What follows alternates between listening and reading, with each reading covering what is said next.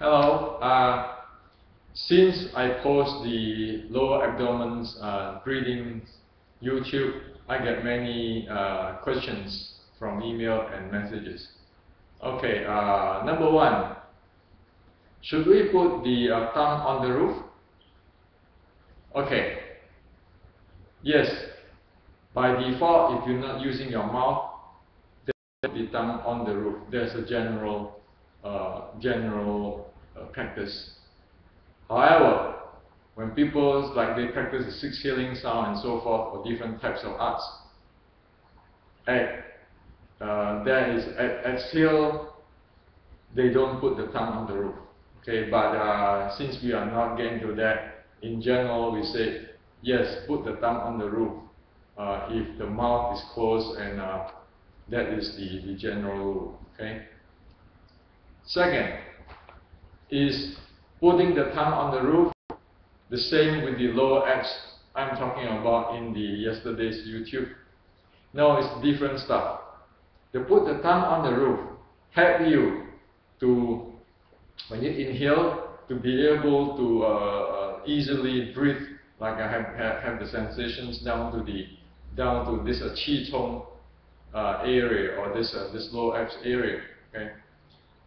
However, that is not the same with how we experience about the contracting of the lower stomach, the butt, the lift of the hui. This is a different thing. Okay, so to put the tongue on the roof, yes, it helps the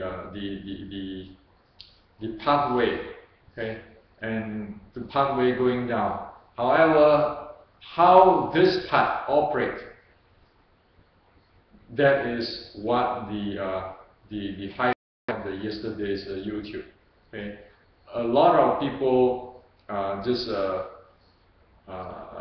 experience this part, but this part of operations is not experienced. So we need to get into the deep lower abs breathing. This is put the tongue on the roof. This not enough for that. Okay, so that is the second thing. Okay, and the third one. Yesterday, the notion of the yesterday's natural lower abs breathing YouTube is to let you identify naturally, without thinking, without forcing it, what the feelings like for a proper natural lower abs breathing, so you know what it is if you see it. However, it is not for you try to force it to have more strong sensations. That is not the goal for it. The goal is just to feel, oh, this is how the lower abs breathing is like. Okay, you can identify it when it surfaces when you do your practice. However, due to different people, the looseness of different people and the kung fu of different people, that sensations, that contracting can be, the amplitude of it can be varies. Okay, but you know what it is, it just varies. Okay, so for example, for the old qigong master, their body, the contracting, the amplitude can be physically, you can see it very, very big amplitude. However, they don't feel anything, they just feel really lightweight. But if we normal people try to force that amplitude of the change or the contractions, expansion, then we're using force to do it. That's not the proper way.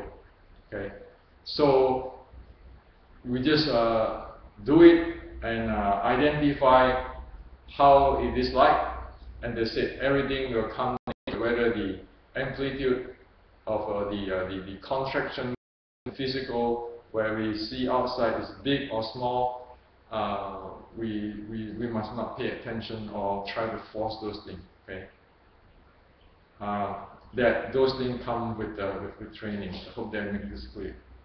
And also, I want to make it clear too. You see, when yesterday what we do is only we have to stand in the loose and then shift our weight a little bit back slowly, and all this automatically, this motion here automatically happen, okay, provided we are loose, right?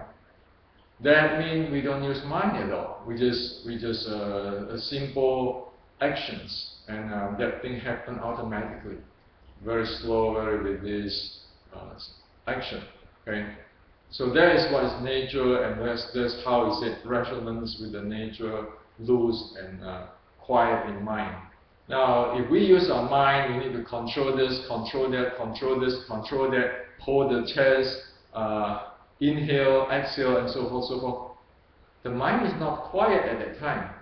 Okay, and that is what I call the man-made of forcing it. Okay, or try to play God to control things. That's not the proper way of practice internal and qigong.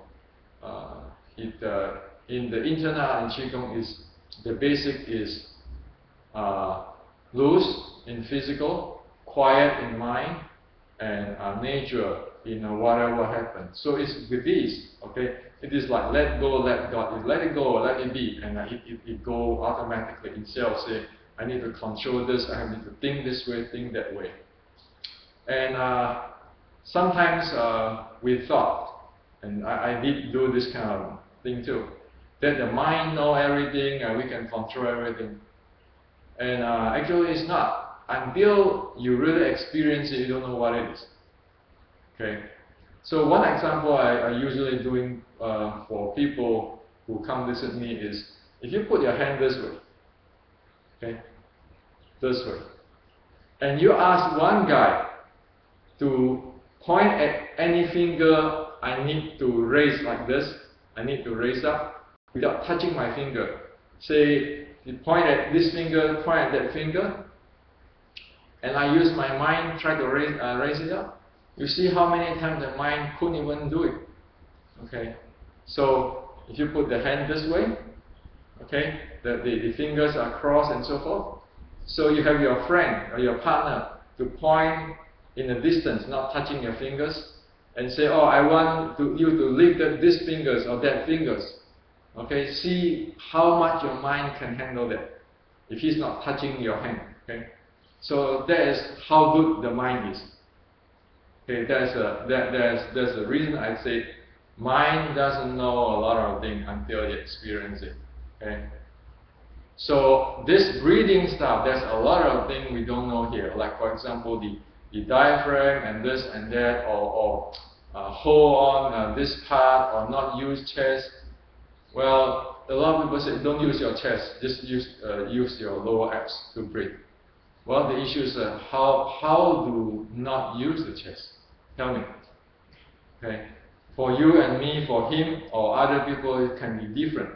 So here in this process, the beauty of this process is you don't have to know everything. Just relax the whole body. You shift your weight a little bit back. You feel that. Okay. So that is the about this low abs breathing. Okay. Now, and somebody asked me too.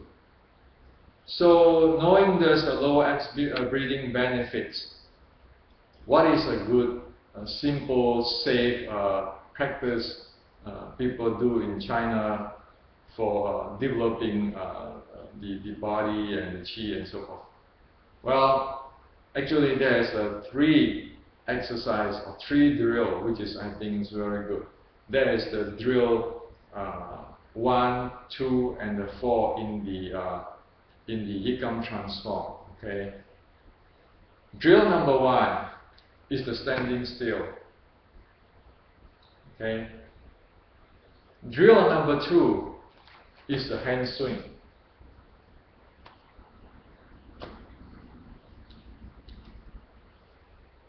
Okay. Drill number 3 is the train of the lower parts of the body.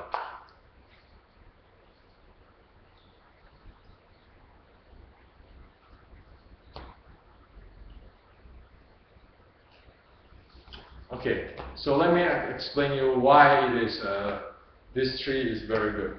First, of course, these tree drills, as in my Ecom Transforms YouTube, I tell you guys that it is from the classical Chinese classical healing practice, where I have a lot of track records. Okay, so they make it safe. We know what it is. Okay. The first one is what we call the silence, or the qigong, where you don't move. The practice of that. The second and the third, the swing and the leg is the moving. Okay, it's a donggong. So in the world, we need both the donggong and qigong, because each of them have its effect on either the yin deficiency or the yang deficiency. There's no one size fit all. Okay. So if you practice this, both the quiet or the quiet meditations, or the moving meditation, you want to call it, as qigong and donggong, you cover the base of both. Okay. And so for the standing, you practice the qigong and the silence meditations. Okay. Now, with the swing, you practice the donggong, or the moving. Okay, so that cover the base. So why do I need for the leg one? Oh, because this leg one, usually when people get aging, it is this part, according to Chinese medicine and so forth, it is this part, the lower part, which is getting aging and getting weak. So this to practice this part is actually helping to promote health. Okay, and of course, usually the rule of thumb is after the practice, one has to feel with ease, not exhausted. If it is exhausted, something go wrong.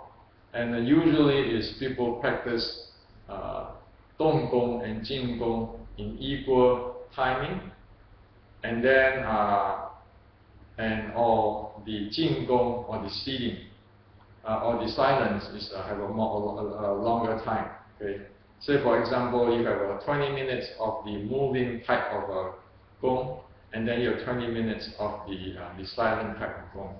Or later, then you have 20 minutes of moving, and then you have say an hour of standing still.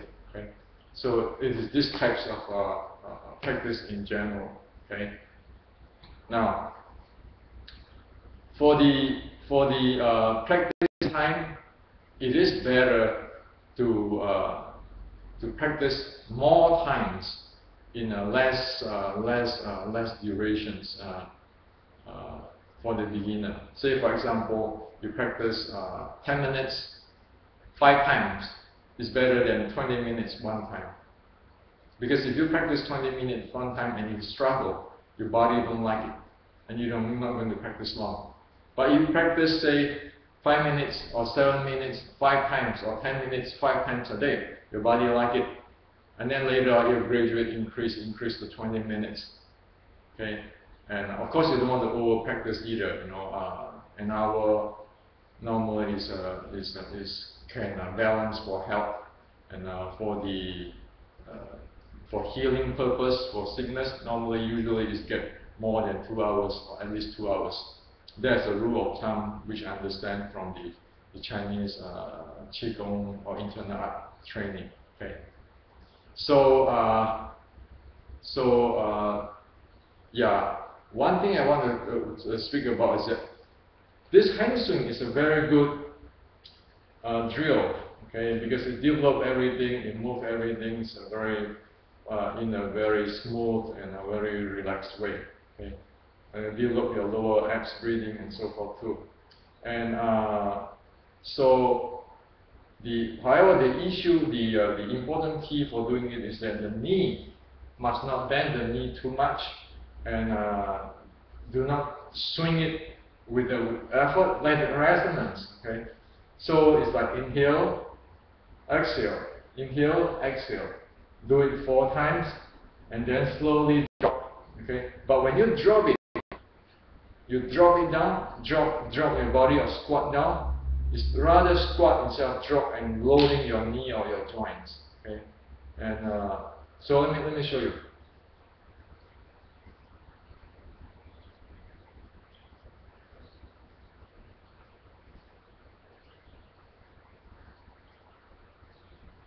See, it's kind of effortless at all. You know, try to be as effortless as possible. Okay, so your directions go effortless. The direction is not going using force. Okay, this is for today. Thank you.